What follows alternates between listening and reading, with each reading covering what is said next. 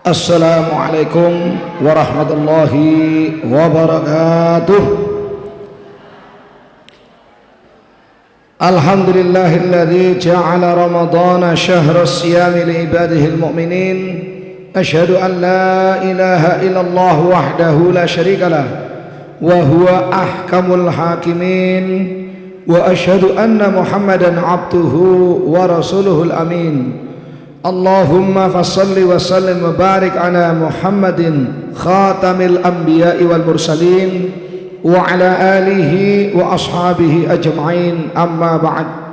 Faqad qala Allah ta'ala fil Qur'anil Karim wa huwa asdaqul qailin, a'udzu billahi minasy syaithanir rajim. Ya ayyuhalladzina amanu kutiba alaikumus syiyamu kama kutiba alal ladzina min qablikum la'allakum tattaqun. Shadaqallahul adzim. Sedherek pimpinan ingkang kula hormati, segenap panitia yang saya hormati, para bapak, ibu lan sedherek sedaya hadirin wal hadirat, segenap jamaah yang dirahmati Allah, marilah selalu kita panjatkan puji syukur kehadirat Allah Subhanahu wa taala, di mana sampai pada malam hari ini yang pertama kita masih tetap memegang teguh iman dan Islam, alhamdulillah. Sebab hadirin, di tengah-tengah zaman yang modern, banyak sekali orang mempertaruhkan agama hanya untuk kehidupan dunia, mempertaruhkan akidah hanya untuk memperoleh kemewahan dunia, sehingga Allah Subhanahu wa taala tetap wanti-wanti sejak 15 abad yang lalu, wala tamutunna illa wa antum muslimun. Janganlah kamu sekali-kali mati melainkan tetap dalam keadaan berislam. Sehingga kita gatolan kenceng dengan iman dan Islam kita. Keimanannya dengan iman tauhid, yakni ada pemurnian akidah, akidah yang murni, ibadahnya juga ibadah yang murni, apa yang dari Allah dan Rasulullah Sallallahu Alaihi Wasallam. Saat sekarang ini banyak sekali orang-orang yang tadinya non muslim malah masuk dalam Islam. Di Tegal saja, kabupaten dan kota, alhamdulillah kurang lebih 100 orang keturunan Tionghoa yang sudah berislam ya. Bahkan di antara Tionghoa yang 100 orang ini, 8 orang sudah ziarah ke tanah suci Mekah. Belum lagi hadirin, beberapa orang kalau kita lihat dari seantero dunia, di Amerika, Jerman dan lain sebagainya, juga banyak mereka berbondong-bondong masuk dalam agama Islam. Tahatus binikmah, saya pernah mengislamkan seorang Jerman, insinyur, kerja di Kalimantan. Kemudian dia kenal dengan teman saya, karena ingin tahu tentang Islam, akhirnya dia diajak ke rumah saya dan ngobrol-ngobrol tentang Islam. Hadirin, alhamdulillah 3 kali pertemuan dengan saya. Maka ketika pertemuan yang ketiga itulah alhamdulillah beliau menyatakan, I am ready to be Muslim. Saya siap untuk menjadi seorang muslim. Alhamdulillah. Saya penuh haru. Seorang insinyur Jerman terbuka dengan nikmat iman Islam. Belum lagi juga ada seorang keturunan Cina dari Kalimantan, dengan lesannya saja lesan Cina ya, tidak bisa ngomong bahasa Indonesia. Ternyata juga syahadatnya harus disesuaikan dengan lafaz mereka atau dengan logat mereka ya. Jadi tidak bisa dengan asyhadu, dituntun asyhadu, ya tidak bisa. Maka memang ada pendekatan logat, sehingga tuntunan syahadatnya yang penting mirip ya, dan yang penting maknanya, sehingga disyahadatkan dengan syahadat lidahnya orang Cina ya. Asahatu alla ilaha illallah wa asahatu anna Muhammad Rasulullah ya. Itu syahadatnya orang Cina ya. Yang penting maknanya ya. Sebab kalau disuruh asyhadu ya tidak bisa. Asyhadu asahatu, asyhadu, asahatu terusnya. Ya sudahlah, lanjut aja lah. Asahatu alla ilaha illallah wa asahatu anna Muhammad rasulullah. Ya. Kemudian hadirin, ini di mana-mana alhamdulillah sudah terbuka. Dan melalui seleksi alam, bahwa agama yang menimbulkan manfaat dan maslahat bagi kehidupan umat manusia, itulah yang nantinya akan dipilih oleh umat manusia. Dan dengan sendirinya agama yang kurang mendatangkan manfaat bagi masyarakat nantinya akan ditinggal dengan sendirinya. Maka hadirin yang dimuliakan Allah, sehingga kita gatolan kenceng dengan iman Islam. Jangan sekali-kali kita kemudian lepas dari iman dan Islam. Na'udzubillah min dzalik. Dan kita yang kedua, kita masih diberi nikmat sehat. Nikmat sehat ini pemberian Allah. Mensyukuri nikmat sehat artinya harus dijaga baik-baik. Harus dijaga kesehatan kita ini dengan sebaik-baiknya. Kalau orang jatuh sakit, itu dikarenakan kita lalai menjaga kesehatan. Tidak ada penyakit yang datang secara tiba-tiba atau ujuk-ujuk meriang, ujuk-ujuk sakit betul wonten. Tapi ini mesti secara berproses, sehingga orang jatuh sakit karena memang tidak menjaga makanannya. Padahal Allah Subhanahu wa taala sudah memerintahkan, ya, kulu min thayyibati ma razaqnakum. Makanlah apa-apa yang kami rezekikan dari yang thayyibat, yang baik-baik. Saat sekarang ini kan banyak makanan dan minuman yang tidak baik. Mungkin halal tapi tidak baik, tidak thayyib, karena mengandung banyak unsur-unsur kimia. Minuman yang iklannya hebat sekali, juga omsetnya triliunan, namun juga ternyata merusak kesehatan. Berbagai macam suplemen itu juga banyak yang merusak kesehatan. Lambung jadi bocor, bahkan ginjal juga bocor. Ini kalau kita banyak mengkonsumsi minuman-minuman itu. Belum lagi juga minuman yang bersoda. Itu paling enak, minuman bersoda. Kalau di rumah makan saya minum cuma air putih, kalau teman saya pakai minum soda susu, wah lebih bergengsi soda susu, harganya juga mahal. Namun ternyata minuman bersoda ini juga memberikan andil besar di dalam terjadinya proses pengeroposan tulang, keropos tulang, osteoporosis. Sehingga hadirin, ini kita memelihara kesehatan dengan sebaik-baiknya dengan makan makanan yang thayyibat, dan kita menghindarkan diri dari makanan-makanan yang khabisat. Nah, belum lagi juga makan makanan yang berlebihan, padahal sudah ada aba-aba dari Allah, kulu washrabu wala tusrifu innallaha la yuhibbul musrifin. Makanlah kamu dan minumlah kamu, dan janganlah kamu berlebih-lebihan. Sesungguhnya Allah tidak menyukai orang yang berlebih-lebihan.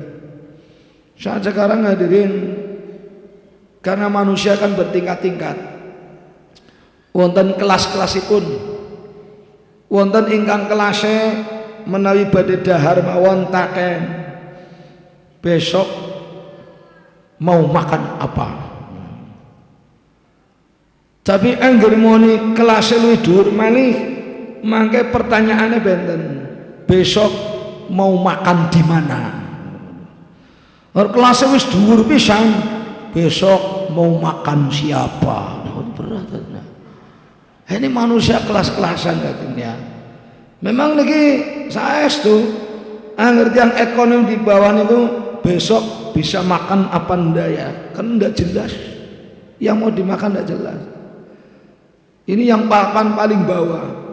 Yang agak lumayannya besok mau makan apa, tandanya ada yang mau dimakan. Tapi karena uangnya lebih, besok mau makan di mana? Mau restoran ini, restoran itu. Sekali makan saja 2 orang 3 orang 200.000. Apalagi kalau kelasnya besok mau makan siapa, wah sudah luar biasa jadinya. Dan kalau orang papan atas begitu, bukan makan orang, tapi apa? Besok perusahaan siapa yang akan saya makan? Jadi saya beli. Juga seorang politisi tingkat atas, besok lawan politik mana yang akan saya singkirkan? Saya makan lagi sekilas. Sehingga diri ini kalau sudah kelas atas memang sudah sangat berbahaya. Sehingga kalau tidak pegang iman Islam dengan baik, maka akan terjerumus dari. Nah, jadi makannya adalah makan yang baik, tidak berlebih-lebihan, cukup seperti apa yang dicontohkan oleh Rasul, bahwa perut dibagi menjadi 3 bagian, sepertiga untuk makanan, sepertiga untuk minuman, dan sepertiga untuk pernapasan. Tapi tiang Tegal Pekalongan kadang-kadang perut cuma dibagi 2, separuh panganan, separuh minuman, ambekan, sesek. Lu perut hanya dibagi 2 saja. Maka Rasul kita uswah hasanah dalam segala hal. Dalam urusan makan, Rasul uswah hasanah. Dalam segala hal beliau adalah uswah hasanah kita. Kita tidak perlu mencontoh, meniru yang lain. Kita sudah punya uswah hasanah. Termasuk juga uswah hasanah di dalam berbisnis. Tapi kalau cerita bisnis mesti kayak tiru Cina, bisnisnya pentol. Nah, hadirin, padahal tiru Rasul, bisnisnya hebat. Bagaimana tidak hebat hadirin? Rasul ketika masa perjaka itu, ketika menikahi Ibu Siti Khadijah radhiyallahu anha, ini jangan salah paham, Rasul kepenak karena calon istrinya ini konglomerat, mungkin tidak usah bayar mas kawin, tidak. Rasulullah SAW menikahi Ibu Khadijah radhiyallahu anha dengan mas kawin 20 ekor onta muda. Coba pemuda Pekalongan, pemuda Wonokerto yang seperti Rasul mana ada? Masih bujangan, mas kawinnya 20 ekor onta muda. Kalau sekarang 20 ekor onta muda, kalau 1 ekornya ini 10 juta, itu sekarang senilai mungkin ya Kijang Innova terbaru. Lagi-lagi kalau kawinan juga dengan mas kawin seperangkat alat sholat kontan, takaruan alat sholat. Ini pemuda kita seperti itu. Tidak ada pemuda yang sukses, masih perjaka, sukses bidang bisnisnya, tiru Rasulullah SAW. Bahkan seorang dokter Muhammad Syafi'i Antonio di dalam bukunya Muhammad the Super Leader, Super Manager, lo ini Tionghoa Muslim ini, Dr. Muhammad Syafi'i Antonio, seorang muslim ya. Dia baru beberapa tahun masuk Islam, namun kemudian kemajuannya sangat pesat sampai beliau juga hafidz Quran. Maka hadirin, Islam kalau dihayati, bahwa Islam datang itu membawa perubahan. Kalau kita berislam kok kondisinya ajib, tidak ada perubahan, ada sebuah pertanyaan besar, bisa nih ajib baik, ini ada kesalahan dalam diri kita. Kalau kita menjadi seorang muslim, Islam datang ke dalam hati kita, Islam akan merubah diri kita, merubah dalam artian yang positif. Alhamdulillah, saya sejak masuk Islam tahun 79 ya, 31 tahun saya sudah mengucapkan banyak lafaz-lafaz zikir di dalam sholat, mengatakan takbir 1 rakaat, takbirnya 5 kali, penggang sal, saben rakaat penggang sal, manawi 17 rakaat gangsal ping 17 wolung doso gangsal, ngucapaken takbir ing dalam sholat.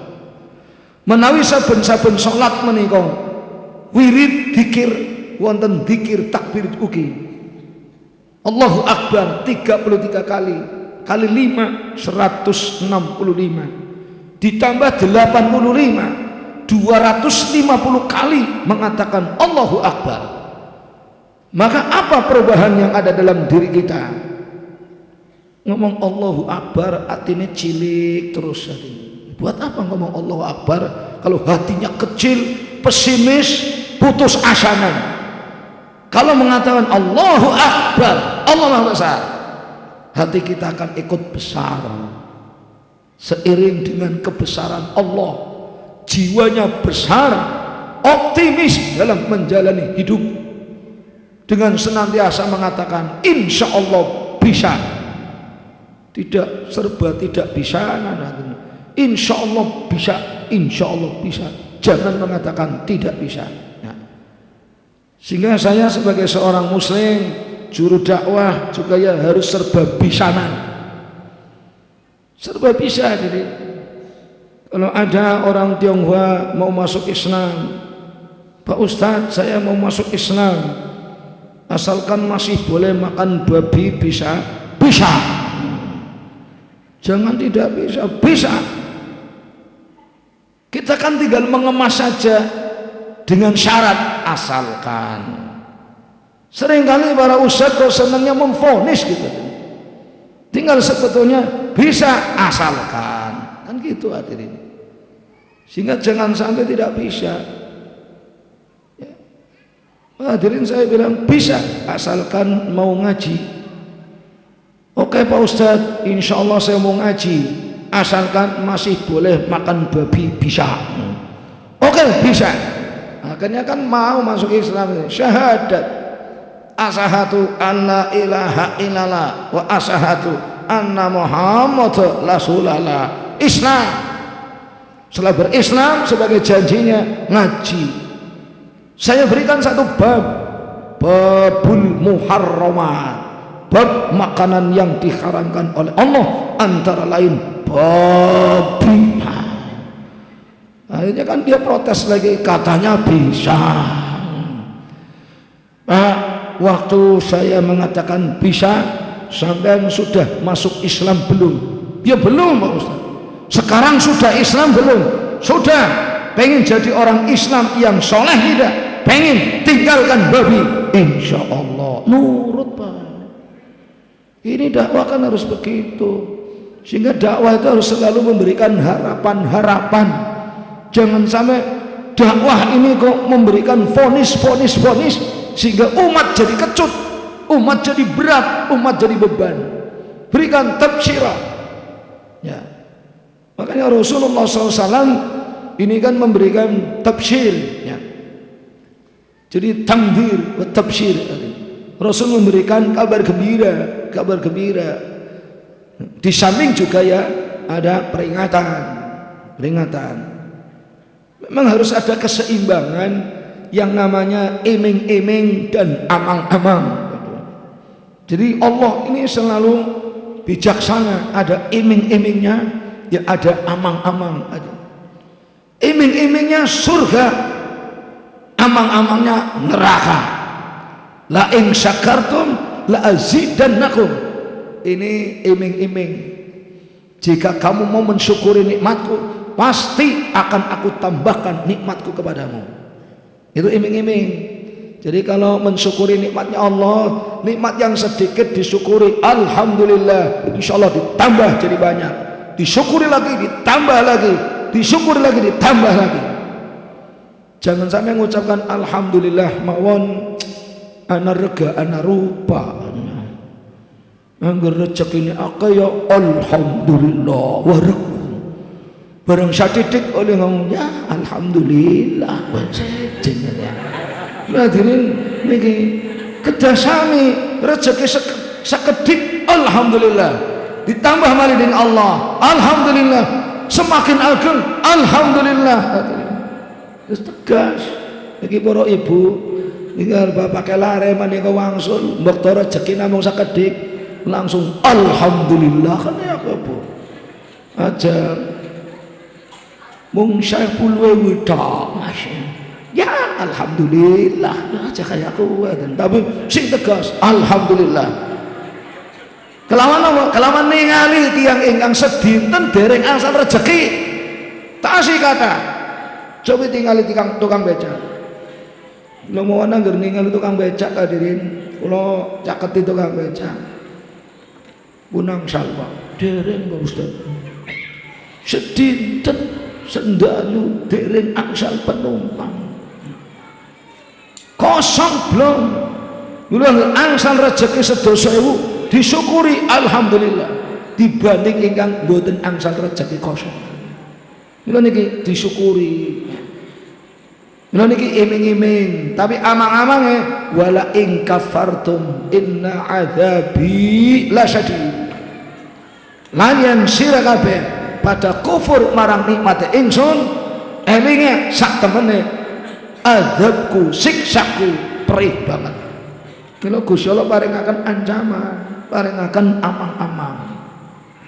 Kulo kula lan sami sedaya nggih ing dalam dakwah pun juga baik dakwah ngurusi napa keluarga, istri dan anak-anak didakwahi niku ya paringaken harapan. Paringaken harapan, paringaken kemudahan. Paringaken antawis iming-iming kali amang-amang ingkang napa menika porsinipun sami. Sampun ngantos lare menika diamang-amangi terus saja. Bocah ora salat awas terus. Tapi kados pundi menawi larenipun panjenengan rajin salat. Bapake kendel mawon artinya. Mesinipun menawi larene menika sregep salat gangsal wekdal wonten iming-iming. Saben dinten wonten tabungan gangsal ewu. Aja watir bocah. 5.000 sadina. Lare langsung ngitung wong, tasih SD nggih, sadina tabungan gangsal ewu.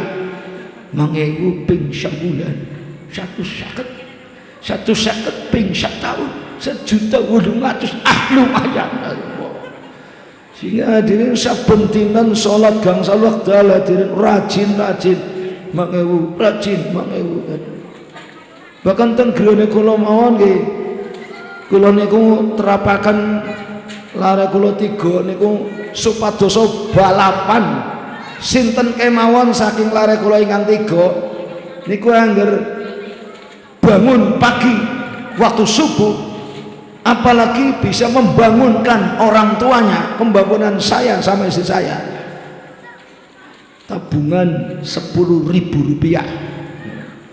Akhirnya ingkang menang malah lare kula ingkang bontot ya, ingkang menang lare kula ingkang bontot tadi wekdal semanten tasih TK niku soalnya nopo jam 3 wis tangi ya karo kebelet pipis terus langsung subuh jam 3 subuh ya 10.000 kayak kuatnya. Nah hadirin rahimakumullah, ya niki sebagai pembiasaan rumiyin takwid ing dalam mendidik niki lare utawa mendidik umat kedah wonten takwid pembiasaan terlebih dahulu, pembiasaan yang baik. Sebab kalau sudah jelek tapi dibiasakan berat tadi, jelek jadi adat. Akhirnya berat kita untuk menghapusnya kangelan. Mila saking perkataan niki hadirin. Terus kembali bahwa Allah juga memberikan iming-iming dan amang-amang, maka seorang juru dakwah juga harus memberikan iming-iming dan amang-amang. Jangan selalu senang memvonis. Saya ngadepi pemuda yang tidak pernah sholat, itu dengan nada Pak Ustadz saya pengen sholat kok pengen, berarti belum pernah sholat kan? Tapi jangan wudhu bisa Pak Ustadz? Bisa? Belum bisa Pak Ustadz saya pengen sholat asalkan jangan wudhu bisa? Bisa. Kalau saya katakan tidak bisa, ya sudah saya nggak usah sholat sekalian, maka saya ikut berdosa. Sehingga ini adalah trik-trik dakwah. Seperti Rasulullah SAW, ada seorang pemuda mau masuk Islam. Pemuda ini sudah ahli maksiat ini, molimo dilampahi sedaya. Ya madon, maling, madat, minum, main, niki pun lengkap aja ini. Dia minta syarat, ya Rasulullah, saya mau masuk Islam, asalkan molimo yang sudah biasa saya kerjakan jangan dilarang. Sampai sahabat Umar mau mencabut pedangnya. Ini pemuda kurang ajar di hadapan Rasul, tapi Rasul cuma senyum. Bisa, bisa, asalkan satu saja syaratnya. Syaratnya cuma satu ya Rasul. Ya, apa itu ya Rasul? La takdzib, jangan bohong. Akhirnya pemuda tadi senang dengan masuk Islam, bahkan merasa gembira ria sampai keluar dari rumah Rasul. Alhamdulillah, saya bisa masuk Islam, molimo tidak dilarang, syaratnya cuma satu, jangan bohong. Dikiranya jangan bohong enteng, padahal jangan bohong itu beratnya luar biasa. Apalagi orang sekarang kan mengadakan kebohongan bukan pada satu orang dua orang, kebohongan publik itu sudah di mana-mana. Seorang pimpinan nutupi ya, rahasia aibnya, sehingga dengan mengatakan kebohongan publik di hadapan umat. Seorang pejabat juga cerita kebohongan publik di hadapan televisi. Sehingga hadirin, ini banyak sekali orang untuk berbuat jujur susah, sehingga untuk bohong itu gampang. Maka syarat dari Rasul, la takdzib, jangan bohong, dikiranya mudah. Sehingga hadirin, setelah selesai diislamkan, pemuda tadi sebagaimana kebiasaannya ada pengen minum minuman keras. Begitu baru keluar dari rumahnya, pemuda tadi sudah was-was. Saya kalau ketemu dengan orang Islam ditanya, kamu mau kemana? Saya mau minum minuman keras. Waduh, berat, hukumannya cambuk 50 kali, berat. Kalau saya bilang saya cuma mau jalan-jalan saja, berarti saya bohong, Islam saya batal. Akhirnya perang batin, minum tidak, minum tidak, minum tidak, minum tidak. Mumet, orang usah minum minuman, bubar minumannya. Akhirnya waras, setunggal waras. Akhirnya nopo sakit ditilang. Suatu ketika juga mau madon, berzina. Begitu baru keluar juga ada pertanyaan. Kalau nanti saya ketemu dengan orang Islam ditanya, kamu mau kemana? Kulo badhe madon. Aduh, berat, zina, hukumannya cambuk 100 kali. Kan ini masih bujangan ya. Jadi kalau masih perjaka berzina cuma cambuk 100 kali. Tapi kalau yang sudah punya istri berzina, hukumannya rajam sampai mati. Sebab apa? Sudah ada saluran kok masih ya, cari saluran yang haram ya. Kalau saluran satu masih kurang, cari saluran satu lagi boleh ya. Hadirin, biasanya kalau sudah statusnya kiai ya, kiai ya. Kalau saya masih ustadz, kalau saya sudah disebut Kiai Subur Hidayatullah, biasanya bojone loro, Pak. Biasanya harus gelar kiai. Saya ustadz sajalah, ustadz ya. Ya, hadirin, ini jadi sebutan kiai ini biasanya kalau sudah poligami. Sebab banyak kiai yang istrinya 2 ya.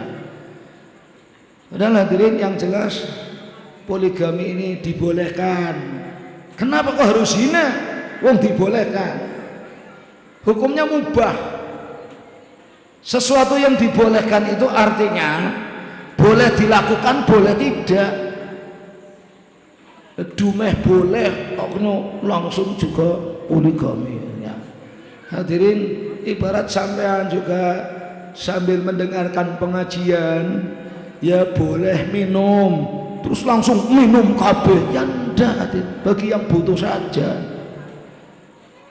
Dalam pengajian sampean sambil ngantuk boleh, terus mau lantas ngantuk kabeh, berat atau ustadz apa ditinggal ya.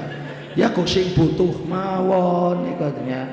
Jadi jangan dume boleh langsung segera pada bojo loro bojo telu mboten katanya. Lajeng hadirin, yang jelas hukumnya cuma mubah, bukan sunnah Rasul. Siapa yang mengatakan poligami sunnah Rasul? Kalau sunnah Rasul, poligaminya sunnah Rasul itu pertama nunggu bojo pertama mati disit. Sebab Rasul itu baru poligami setelah Khadijah meninggal dunia, memberikan penghargaan terhadap istri pertama.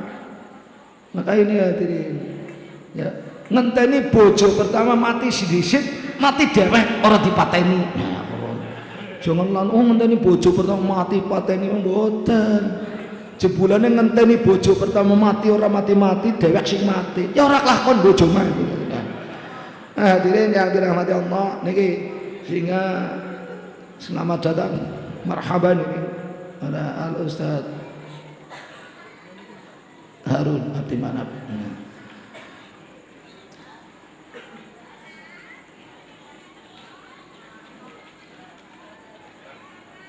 Hadirin rahimakumullah,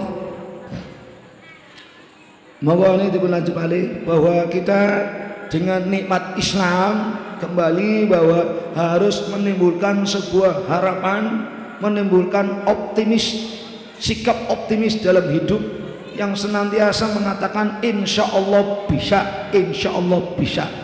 Jangan mengatakan tidak bisa. Kalau sudah dihubungkan dengan Allah, optimis insya Allah bisa. Ya. Maka yang namanya dakwah ini akan sukses atau tidak bergantung pada juru dakwah yang optimis atau tidak. Mushola Nurul Iman ini apakah bisa jamaah subuhnya serame maghrib lah, orang usah serame Jumat. Tergantung bagaimana pengurusnya. Kalau jiwanya besar dengan mengatakan Allahu Akbar, Allah besar, jiwanya ikut besar, optimis, insya Allah bisa. Dan nuwun sewu jangan dilumrahkan. Jamaah subuh sepi niku lumrah, sampun dilumrahaken terus. Umum, jangan diumumkan. Jamaah subuh niku sepen niku umum, teng pundi tinggi umum niku. Jangan diumumkan. Tapi khusus mushola Nurul Iman niki monggo. Kados pundi carane supados jamaah subuh saged rame makmur. Kula pireng wonten setunggal masjid nang Kendal. Niku jamaah subuh serame Jumat. Kula mawon penasaran, kula pengen suruh mriku. Katanya ada sebuah masjid ya. Ini masjid dikelola oleh Muhammadiyah di Kendal, katanya salat subuh, jamaah subuhnya serame Jumat, bukan serame maghrib. Kalau masih serame maghrib saja itu masih bisa gampang diterima lah, karena perjuangan daripada pengurus takmir masjidnya. Bagaimana masjid dan musolanya akan makmur wong pengurus takmirnya saja orang tahu jamaah. Harus dimulai memakmurkan musolanya. Ya kalau pengajian akbar, namanya aja pengajian akbar ya kayak gini banyaknya.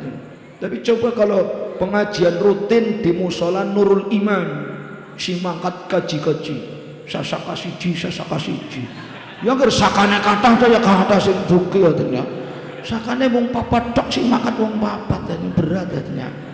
Hadirin niki jadi insya Allah bisa, optimis insya Allah bisa.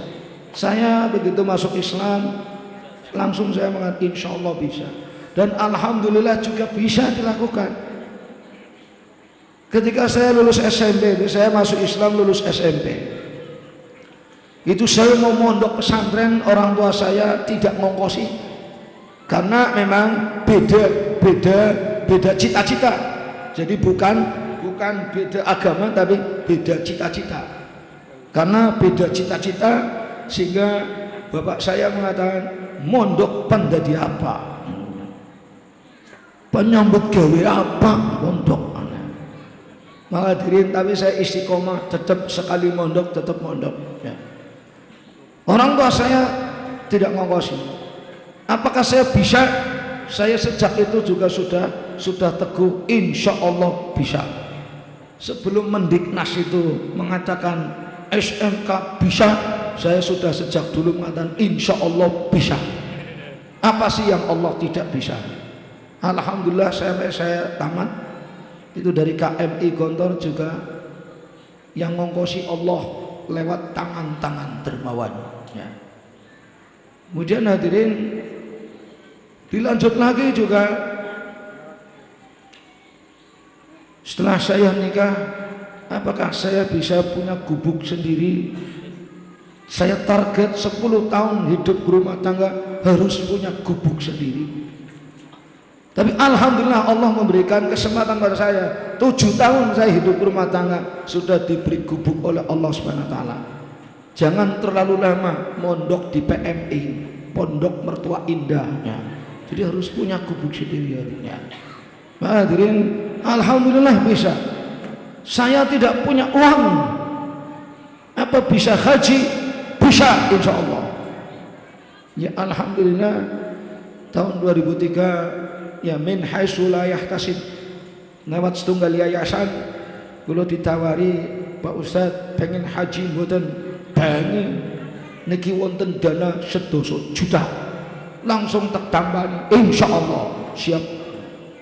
Padahal 10 juta waktu itu 27 juta. Janjane teng atine kula takeh ingkang 17 sinten malih. Tapi harus diterima dulu 10 juta. Insya Allah Allah yang akan berikan pada saya. Alhamdulillah juga kelakon. Saya berangkat. Maka selalu insya Allah bisa, insya Allah bisa.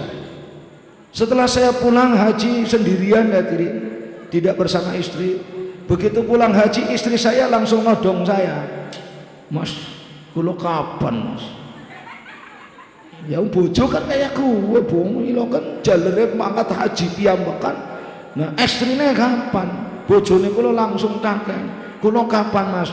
Insya Allah 2006. Kula jawabnya fasih sangat, padahal duit ya embuh ya, tapi fasih. Insya Allah 2006 ya. Sehingga saben tahun niku bojone kula ngecek Januari 2004 takon, Mas pun wonten arta pinten? Dereng. Kali tahun mali lho Mas. Nggih insya Allah Januari 2005 bojone kula ngecek malih pun wonten arta pinten? Dereng. Tinggal setahun mali lho Mas. Insya Allah. Sampai istri kula saya, Mas mbok pilih mboten 2006 ya 2007 tapi 2008 mboten 2006 insya Allah. Lo mantep yakin. Oh Allah Maha Sugih. Sampai awal Januari 2006 bojone kula ya takon pun wonten arta pinten? Dereng. Lah sampai tak kayong payah wong jare 2006 niki dereng wonten. Insyaallah fa insyaallah yakin 2006 mangkat. Wong wadon kuwi biasa Bu, angger durung weruh barangan niku biasane si durung yakin. Tak todokan keh rekening bank wis 20 juta nembe yakin. Tapi kalau tetap yakin insya Allah 2006. Sehingga alhamdulillah Gusti Allah mirengaken dongane kula. Wong kula yakine 2006. Februari 2006 niku rezeki luar biasa min haitsu la yahtasib. Ya kathah pirang-pirang dalane atine. Sehingga alhamdulillah saged nutup porsi 20 juta.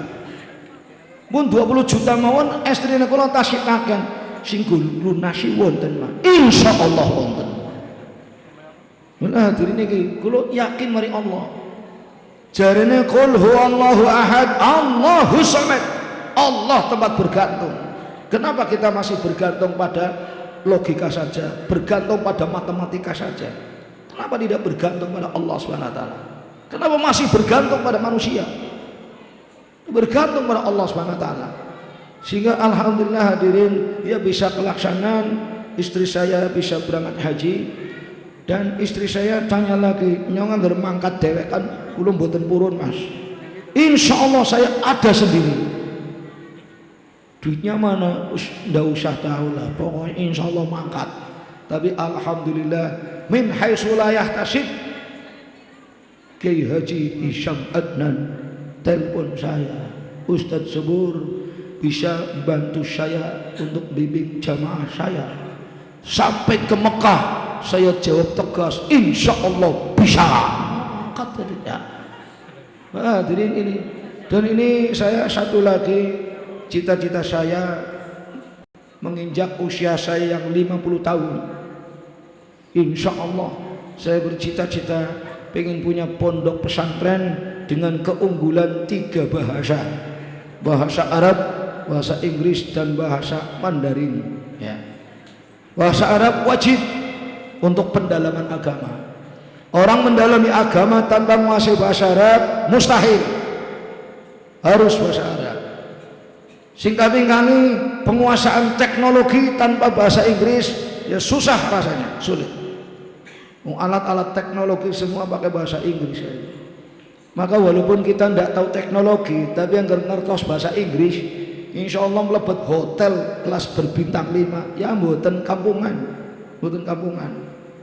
Tapi wong mboten ngertos bahasa Inggris masuk hotel berbintang 3 saja bingung, bingung. Nang hotel asene kegedean katisen niki pripun niki carane nyiliki ya keder malih ya.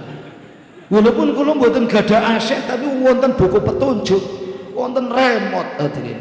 Tak waos dan niki oke napa suhune ya, kan kecilikan digedeni sehingga suhune aja sampai 15 derajat ya kaya adis digedeni diageng. Angger mboten pengen AC ya gantos fan, gantos kipas angin. Wong badhe siram nang kamar mandine mboten wonten ciduk. Gemburan ciduk-ciduke pundi? Ya nang hotel takon ciduk katanya. Tinggal pencet mawon niku. Pencet panas apa dingin. Pengen anget ya pencetnya lor-lorone panas dingin dipencet makanya medale anget katanya. Hadirin, ini kalau tidak tahu bahasa ya sing dipencet pundine jebulan pencet obong yang melodok ngono. Hadirin niki. Bahasa Inggris penguasaan teknologi dan yang ketiga bahasa Mandarin untuk penguasaan bisnis. Mau tidak mau di tingkat Asia itu bisnis dikuasai oleh orang Cina. Kalau kita tidak menguasai bahasa Cina dan lobby-lobby dengan orang Cina, kita tidak akan sanggup untuk menguasai bisnis. Sehingga hadirin, angger kula ditakeni Ustadz Subur pun gadah tanah pinten dereng. Pun gadah arta pinten dereng. Tapi kalau cita-cita kula insyaallah kula niki umur 47, nggih kawan dosa itu. Umur 50 insyaallah. Apa bisa? Insyaallah bisa. Sehingga hadirin nikilah sing jenenge Islam. Islam masuk ke dalam hati kita harus merubah segala-galanya. Dan Allah merubah keadaan kita, kualitas diri kita dengan apa? Lewat ya, fasilitas-fasilitas ibadah. Semua ibadah dalam Islam merubah kualitas kita. Dari sholat 5 waktu ada target. Kalau sholat tidak ada targetnya, akhirnya kula lan sanes duwe sanjange mengatakan sing penting sholat ketimbang boten. Ini kualitas rendah hadirin. Bila maka sholat duhur dikerjakan jam 3 kirang seprapat. Ya Allah, meh badhe jam 3 nembe duhur, nggih mboten napa-napa sing penting sholat ketimbang boten. Kualitas rendah hadirin. Sholat kok cepet nemen, jenengan kok sholat cepet banget. Ya mboten napa-napa sing penting sholat timbang boten. Kualitasnya jelek. Harus dirubah. Sholat itu penting dan dipentingkan, baru nanti akan meningkat kualitas sholat kita. Target oleh Allah tanha anil fahsya'i wal munkar akan terpenuhi. Jangan sampai terjadi STMJ, sholat terus maksiat jalan. Dan ini lantaran apa? Sholatnya tidak sukses. Sholatnya tidak sukses.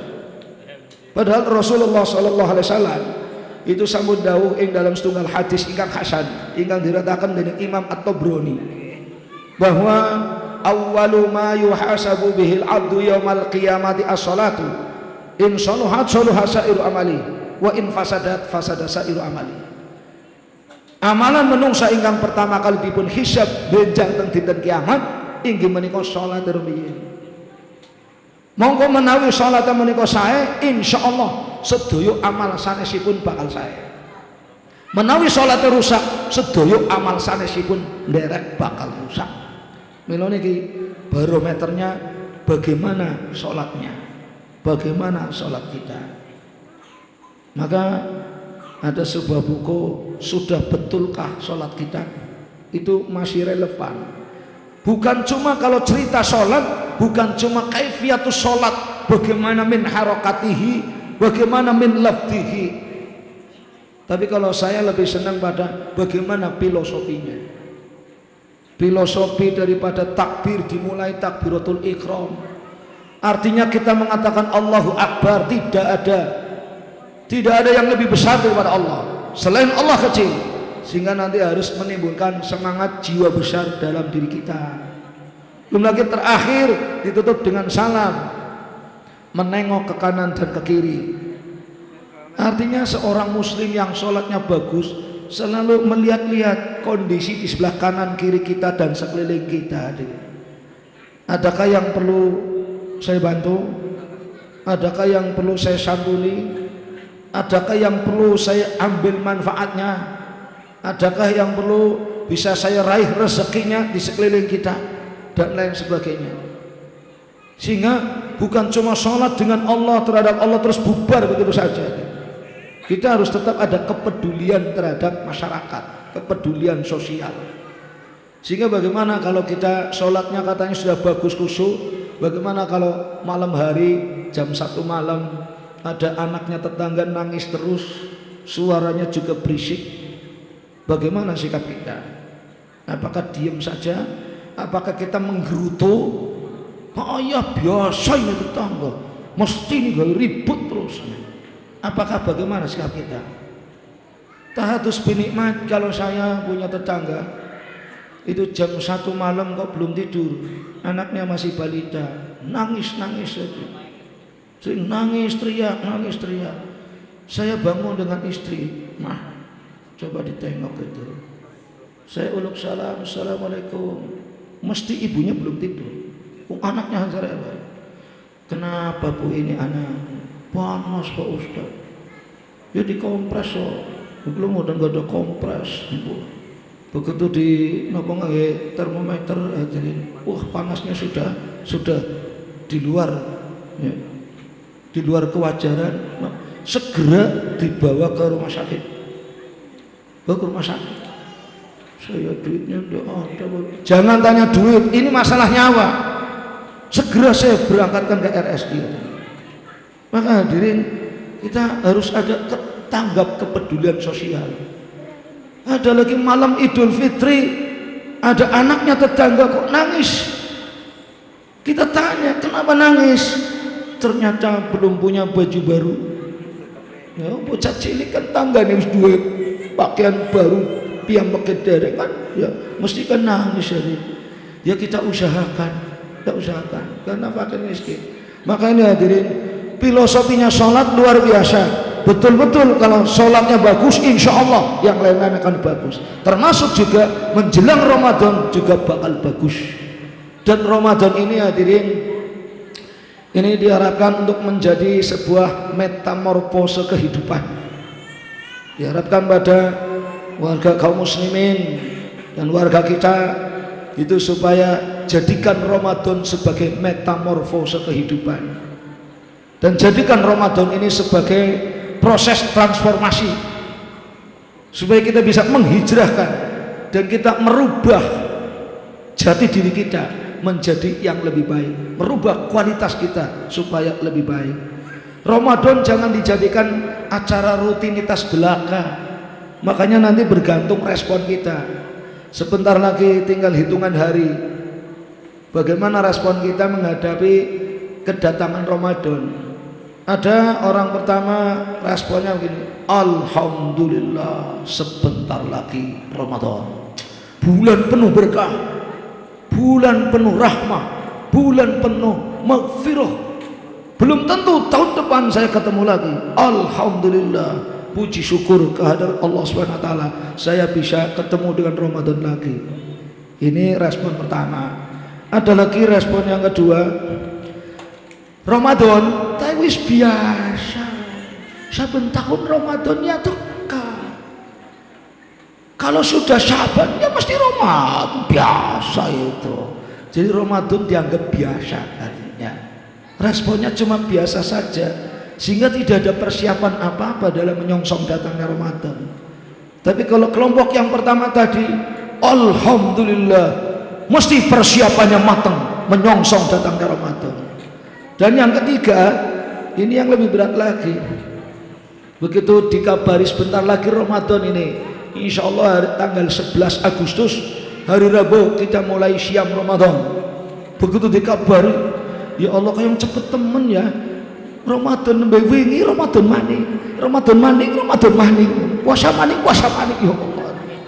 Kayak enggak ridho, sehingga enggak ada persiapan sama sekali, enggak mikirin Ramadan. Maka mudah-mudahan kita semua yang hadir di sini termasuk golongan yang pertama, sehingga menyongsong datangnya Ramadan kita langsung alhamdulillah, puji syukur kepada Allah, kita bisa menghadapi Ramadan, ketemu dengan bulan suci Ramadan. Maka hadirin, insya Allah penuh dengan persiapan. Jangan Ramadan cuma dijadikan sebagai acara rutinitas belaka.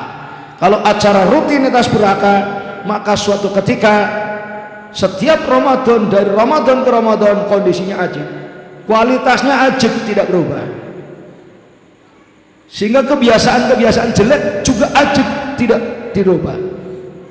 Kesempatan terbaik Ramadan untuk merubah diri kita, merubah kebiasaan-kebiasaan buruk kita, termasuk kebiasaan merokok.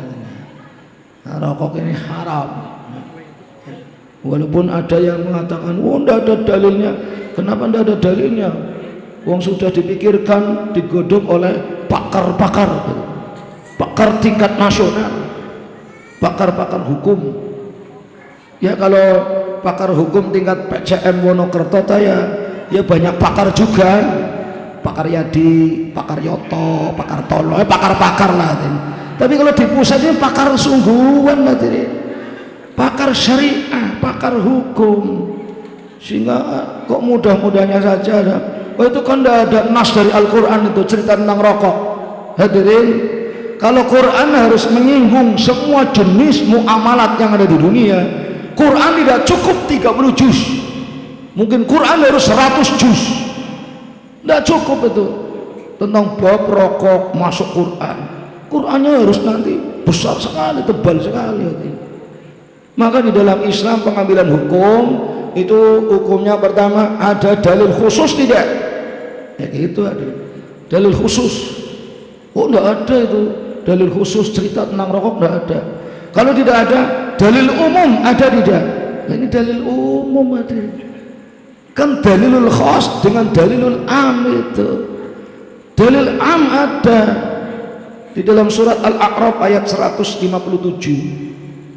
Bahwa Rasulullah SAW diutus ini tidak lain hadirin, termasuk di dalamnya diutus untuk yuhallilu lahumut thayyibat wa yuharrimu alaihimul khaba'is, menghalalkan untuk manusia apa-apa yang thayyibat, yang baik-baik, dan mengharamkan atas umat manusia yang jelek-jelek. Khaba'is, khabisa, jamak dari khabisa. Sehingga pertanyaan kita, rokok itu thayyibat apa khaba'is? Saya yakin tidak ada satu pun yang mengatakan rokok itu thayyibat, rokok mengandung vitamin A atau vitamin D atau vitamin, tidak ada. Rokok mengandung protein ini, ya tidak ada. Adanya rokok mengandung madorot ini, itu dan lain sebagainya. Sehingga hadirin, ya ini kalau mau pegangan dengan Al-Quran surat Al-A'raf ayat 157. Tapi kadang-kadang dalilnya lain, ada dalil lain. Dalilnya dalil Tegal atau dalil Pekalongan. Ni'matul udud ba'dad dahar. Aduh berat aja. Mana nikmatul udud ba'dad dahar. Nikmatnya merokok sawise mangannya berat aja. Hadirin yang dimuliakan Allah ini, sehingga kesempatan terbaik merubah diri. Kebiasaan-kebiasaan jelek dirubah menjadi kebiasaan yang positif. Sehingga taruna kita perlu membiasakan diri, ciptakan adat-adat baru boleh, adat yang positif, adat yang positif.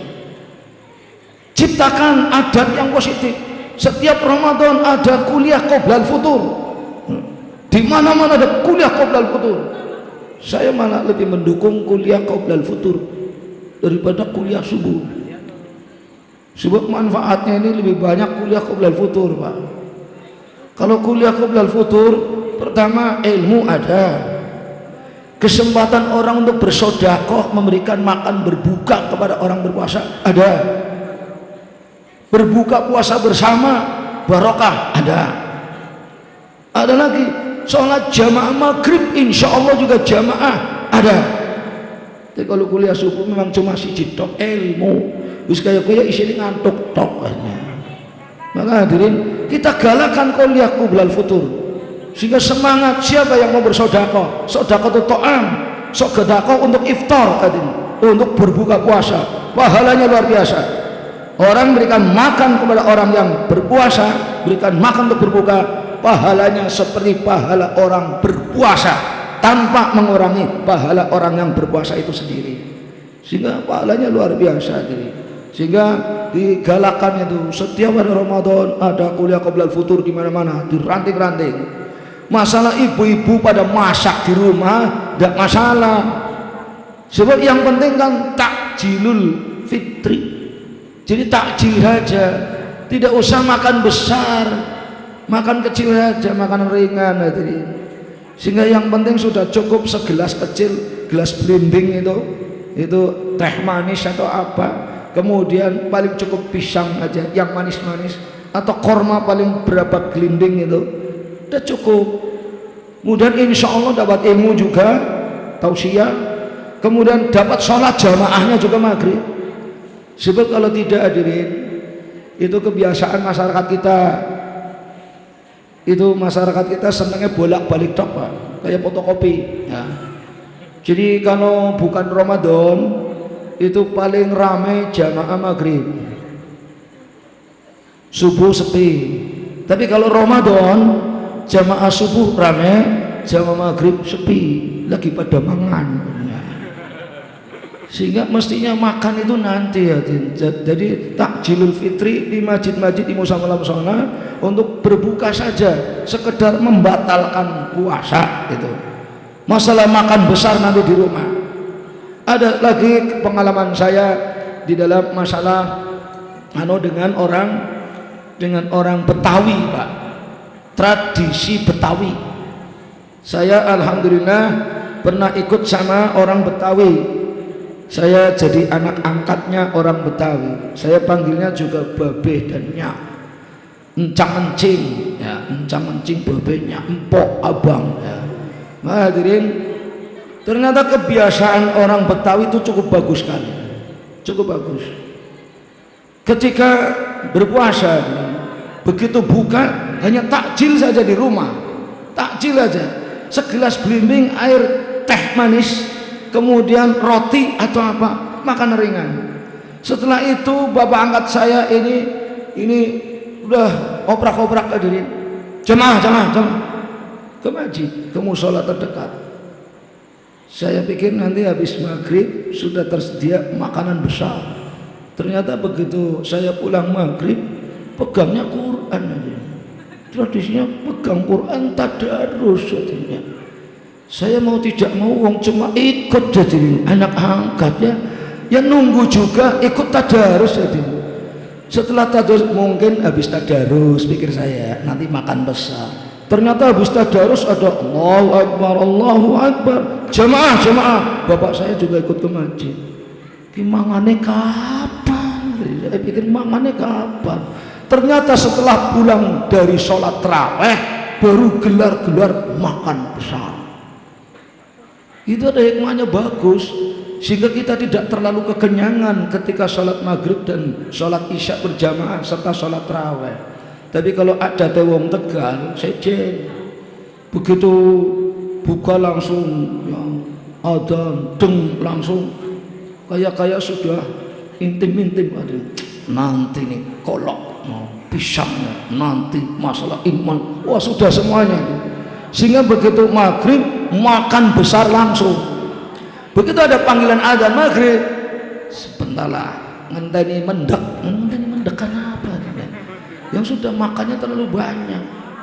Maka hadirin, baru akhirnya tidak sholat jamaah, sholat sendiri-sendiri di rumah. Masjid ditinggal sepi, musola ditinggal sepi.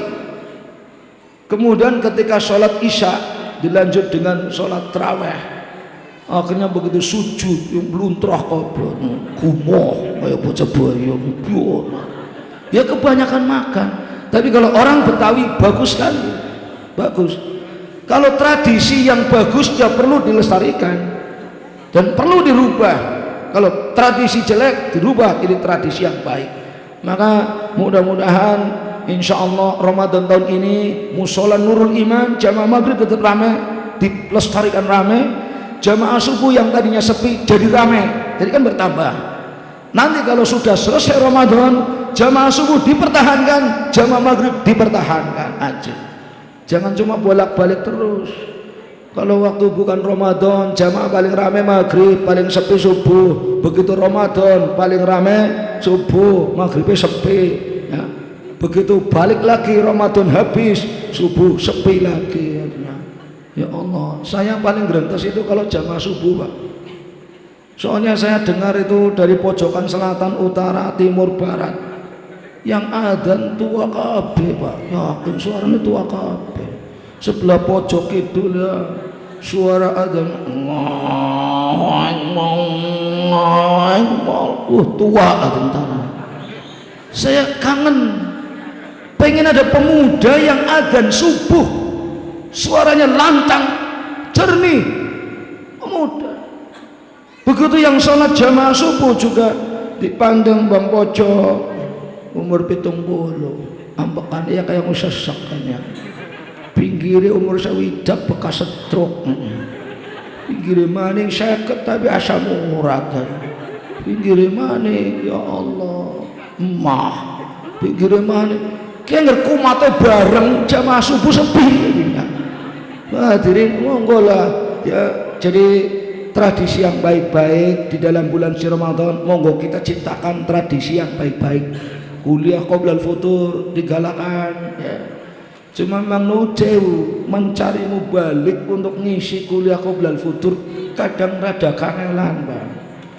Ustaz ini saya jangan kuliah qoblal futur lah, soalnya saya kesempatan untuk futur bersama keluarga.